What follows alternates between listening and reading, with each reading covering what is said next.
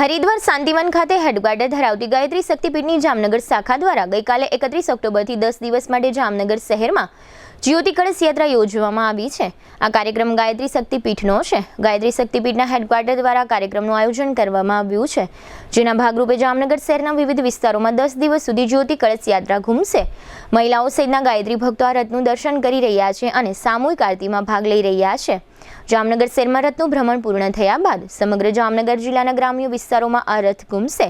ત્યારબાદ આ રથ પોરબંદર જિલ્લામાં અને બાદમાં દેવભૂમિ દ્વારકા જિલ્લામાં પરિભ્રમણ કરશે। 2026ના જાન્યુઆરી મહિનામાં આ પ્રકારના દેશભરના તમામ રથો હરિદ્વાર શાંતિકુંજ ખાતે એકત્ર થશે અને ત્યાં આ સંપ્રદાયના 100 વર્ષ પૂર્ણ થવા નિમિત્તે મોટો કાર્યક્રમ યોજવામાં આવશે। આ સમગ્ર આયોજન અંગે જામનગર ગાયત્રી શક્તિપીઠના ટ્રસ્ટી અને મંત્રી જમનભાઈ વસોયાએ આપેલી વિગતો પ્રસ્તુત છે।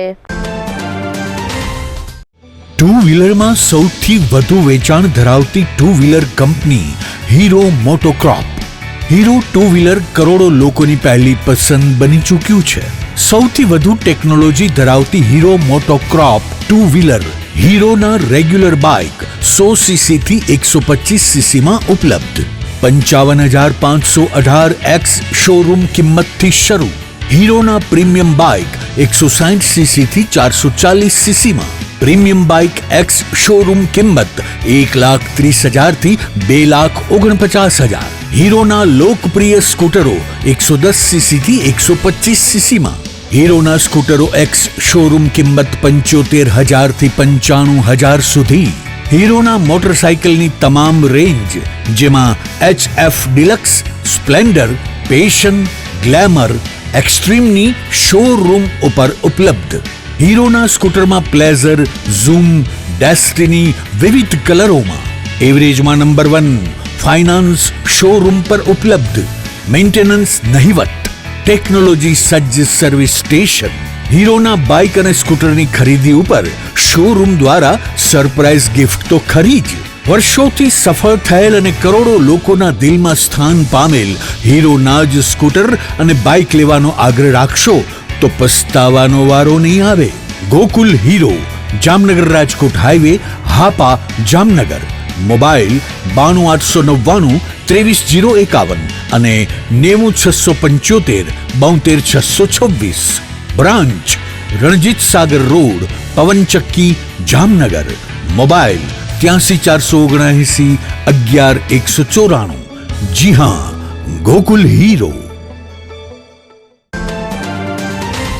અત્યારે જે આપણે રથનું દર્શન કરી રહ્યા છીએ એ છેક શાંતિકુંજ હરિદ્વારથી આ રથ આવેલ છે। શાંતિકુંજ હરિદ્વારમાં અખંડ દીપક છે જે 1926માં ગુરુદેવે પ્રજ્વલિત કરેલો હતો। એ અખંડ દીપક સામે 24 વર્ષ સુધી ગુરુદેવે તપ કરેલો હતો। તો એ તપને 100 વર્ષ પૂરા થાય છે।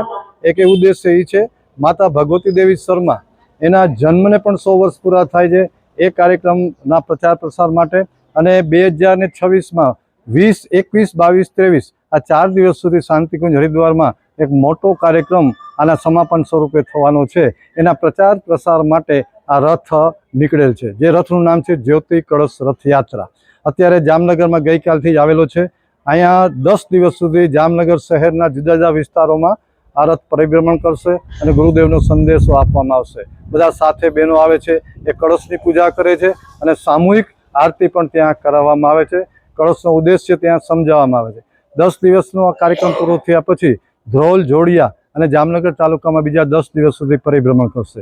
ત્યારબાદ અનુક્રમે કાલાવડ, લાલપુર અને જામજોધપુર તાલુકામાં પરિભ્રમણ કરી અને 33 દિવસમાં આખો જામનગર જિલ્લાનો કાર્યક્રમ પૂર્ણ થશે।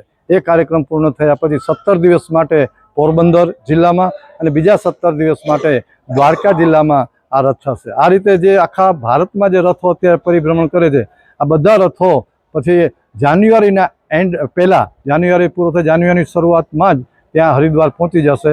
પછી ત્યાંના વિશાળ કાર્યક્રમની શરૂઆત થશે।